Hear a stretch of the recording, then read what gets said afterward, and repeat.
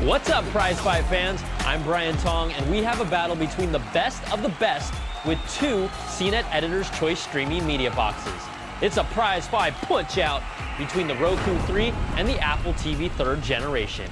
Our judges for this fight are Executive Editor John Stone Cold Falcone, Senior Associate Editor Matthew The Big Show Moscoviak, and myself, Ring-a-ling-a-ding-tong.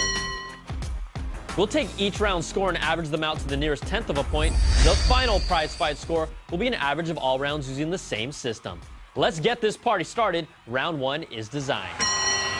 The Roku 3 brings a new and improved design with its black glossy finish and thicker curves that I approve of. Their classic fabric tag is there and a heavier weight that makes it feel more solid. Now the 3rd generation Apple TV is still the little matte black box that holds up better against dust or fingerprints with rounded corners and a heavier weight. Neither of these guys get in the way, but the judges prefer the Apple TV 4.7 to 4. Next round is user interface and navigation. The Roku 3 completely revamped its main interface, and it's great to navigate while allowing you to see more channels and content. One slight drawback is the inside of a Roku channel still retains the old horizontal look and feel. Now, customization is king here, and you can personalize the entire layout of your channels. And let's not forget its killer search functionality that pulls from Roku's multiple content sources. Roku seriously stepped up their game. Now, the Apple TV's interface is an elegant experience, but it could be simplified and needs a facelift. Animations are smooth, and its interface feels polished, but there's no real customization here and no search across its different services. The Roku 3 gets a 4.7 and Apple TV gets a 4. So after averaging 2 rounds, we're tied. Round 3 is features. The Roku 3 makes a point of not being a stripped-down box anymore, with a snappier processor that you can feel, bringing HDMI 1080p video support with 802.11n dual-band Wi-Fi and an Ethernet connection. You'll have a micro SD card slot for additional storage and a USB port to connect external drives, and it even supports MKV files. But that's not all. The killer feature is its enhanced remote with an audio jack for private listening that lets you listen to what's playing through your headphones so you won't disturb anyone else. And it even comes with purple earbuds. The remote also acts as a motion controller for games like Angry Birds, and it may not have AirPlay, but the Roku app for Android and iOS lets you stream your photos or music to the box. Now, the Apple TV also brings HDMI with 1080p support, 802.11n Wi-Fi, and Ethernet with an option for optical audio out. The USB port is primarily used for service, so you can't connect just any type of drive to it. Its feature setup really opens up, though, if you live in the Apple ecosystem. AirPlay support allows you to play and display content directly from your iOS devices, and AirPlay mirroring allows your Apple laptop or computer screen to be mirrored onto your TV with just one click if it's supported. Now, that's all pretty sweet if you're an Apple user.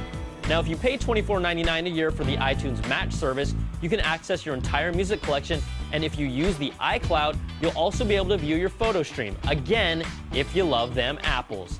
Now, the Apple TV is feature-packed if you're part of the ecosystem, but the Roku 3 just dominates with useful features that work for everyone. The Roku 3 gets a perfect 5, and Apple TV gets a 4. Next round is content. I can only tell you that content is king so many times, and it still holds true here. Most streaming boxes have access to Netflix and Hulu Plus, but Roku shines with over 100 channels of content like Amazon Video On Demand, which has now become a must-have, and HBO Go, which covers your movies and TV shows. Now, there's on-demand sports for the NBA, MLB, and NHL, and specific content like our own CNET channel. Hey, that's one of my favorites. Or stuff for the kids with the Disney Channel. Now, there's Spotify and Pandora for music discovery, and social services like Facebook and Flickr have apps as well.